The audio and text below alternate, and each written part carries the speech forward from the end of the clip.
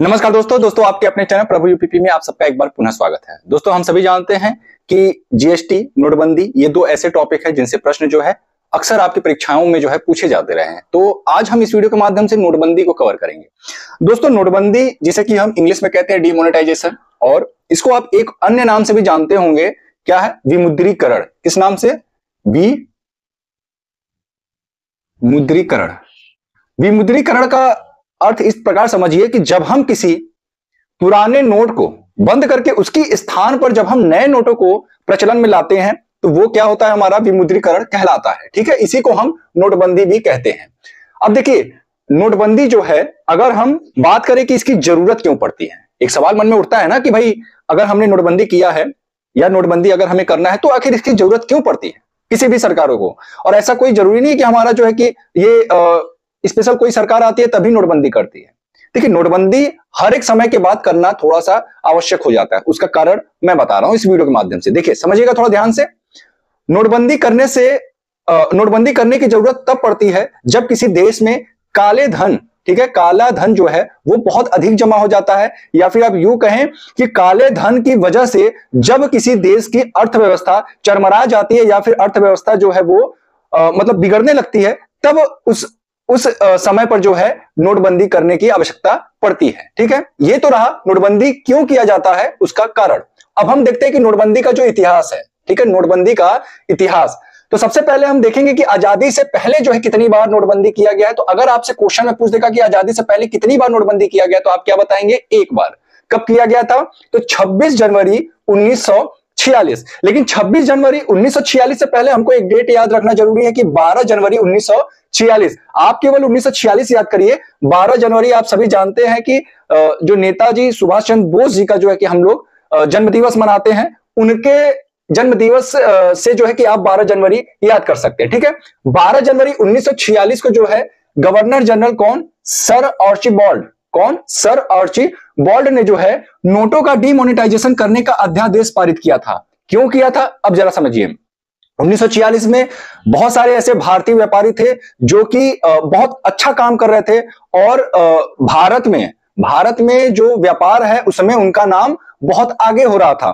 तो उनकी कमर तोड़ने के लिए, ठीक है, उनकी कमर तोड़ने के लिए उनको मतलब उनको नीचे गिराने के लिए जो ब्रिटिश गवर्नमेंट थी ना, उन्होंने फैसला लिया, मतलब जो गवर्नर जनरल थे सर आर्चिबाल्ड ने नोटों का जो है डीमोनेटाइजेशन करने का अध्यादेश पारित किया। ठीक है, अब उसके बाद फलस्वरूप 26 जनवरी 1946 को 500, 1000 और 10,000 के नोटों को क्या कर दिया गया? बंद कर दिया गया। ठीक है, सीधे सीधे अगर मैं कहूं तो 100 रुपए से ऊपर के सभी नोटों को जो है क्या कर दिया गया? बंद कर दिया गया था। ठीक है, ये तो रहा हमारा आजादी से पहले का नोटबंदी का इतिहास। अब हम देखते हैं आजादी के बाद का जो हमारा नोटबंदी का इतिहास है वो क्या है। तो देखिए, आजादी के बाद का जो हमारा नोटबंदी का इतिहास है उसमें इंपॉर्टेंट है 1978 की नोटबंदी। क्यों इंपॉर्टेंट है जरा ध्यान समझिएगा।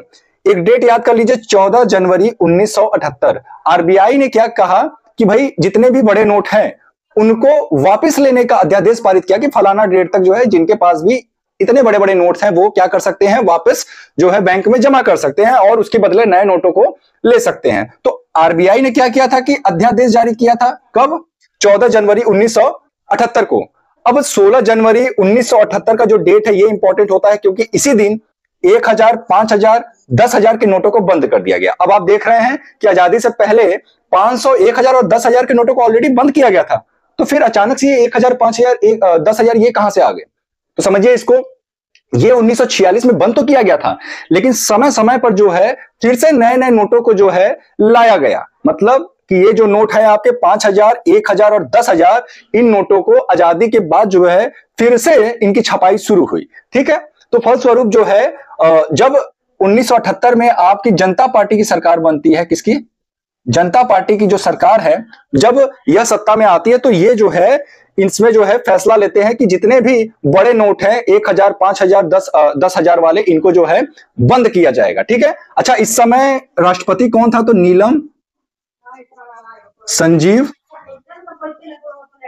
रेड्डी। ठीक है, नीलम संजीव रेड्डी जो है इस समय राष्ट्रपति थे। अब जो अगला डेट आता है जब नोटबंदी हुआ अपने देश में, तो 8 नवंबर 2016 को जो है अगली बार नोटबंदी होती है और इस समय किसकी गवर्नमेंट होती है, तो बीजेपी की गवर्नमेंट। ठीक है, बीजेपी की गवर्नमेंट होती है। एक क्वेश्चन तो सीधे सीधे पूछ दिया था कि नोटबंदी के समय देश के प्रधानमंत्री कौन थे। ठीक है, तो आप सभी जानते हैं कि नोटबंदी के समय बीजेपी गवर्नमेंट थी और प्रधानमंत्री कौन थे, तो नरेंद्र मोदी जी थे। और इस समय 500 और 1000 के नोटों को जो है बंद कर दिया गया था और इनकी जगह पे 500 के नए नोट तो जारी किए गए थे, लेकिन 2000 के नए नोटों को जारी किया गया था। और फिर इसके बाद जो है ये जो 2000 के नोट है, इनको 19 मई 2023 को आरबीआई ने जो है इन 2000 के नोटों को जो है बंद कर दिया। ठीक है, कारण क्या था? अगर 2000 नोटों को बंद कर दिया गया है तो इसका क्या कारण था?